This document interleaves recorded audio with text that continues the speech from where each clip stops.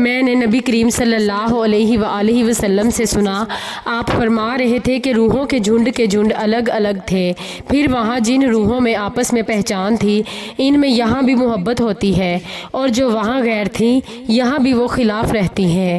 اور یحییٰ بن ایوب نے بھی اس حدیث کو روایت کیا، کہا مجھ سے یحییٰ بن سعید نے بیان کیا۔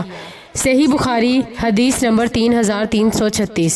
نبی کریم صلی اللہ علیہ وآلہ وسلم نے فرمایا، قیامت کے دن نوح علیہ السلام بارگاہ الہی میں حاضر ہوں گے۔ اللہ تعالیٰ دریافت فرمائے گا، کیا میرا پیغام تم نے پہنچا دیا تھا؟ نوح علیہ السلام عرض کریں گے، میں نے تیرا پیغام پہنچا دیا تھا اے رب العزت۔ اب اللہ تعالیٰ ان کی امت سے دریافت فرمائے گا، کیا نوح علیہ السلام نے تم تک میرا پیغام پہنچا دیا تھا؟ وہ جواب دیں گے، نہیں، ہمارے پاس تیرا کوئی نبی نہیں آیا۔ اس پر اللہ تعالیٰ نوح علیہ السلام سے دریافت فرمائے گا، اس کے لیے آپ کی طرف سے کوئی بھی گواہی دے سکتا ہے؟ وہ عرض کریں گے کہ محمد صلی اللہ علیہ وآلہ وسلم اور ان کی امت کے لوگ میرے گواہ ہیں۔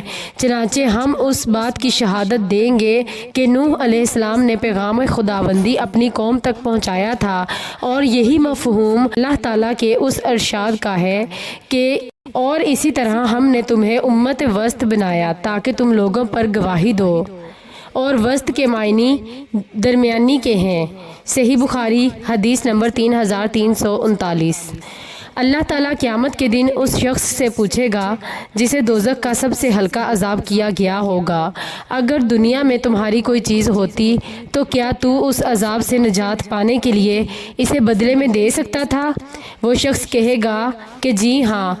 اس پر اللہ تعالیٰ فرمائے گا کہ جب تو آدم کی پیٹھ میں تھا تو میں نے تجھ سے اس سے بھی معمولی چیز کا مطالبہ کیا تھا، روز ازل میں میرا کسی کو بھی شریک نہ ٹھہرانا، لیکن جب تو دنیا میں آیا تو اسی شرک کا عمل اختیار کیا۔ صحیح بخاری حدیث نمبر 3334۔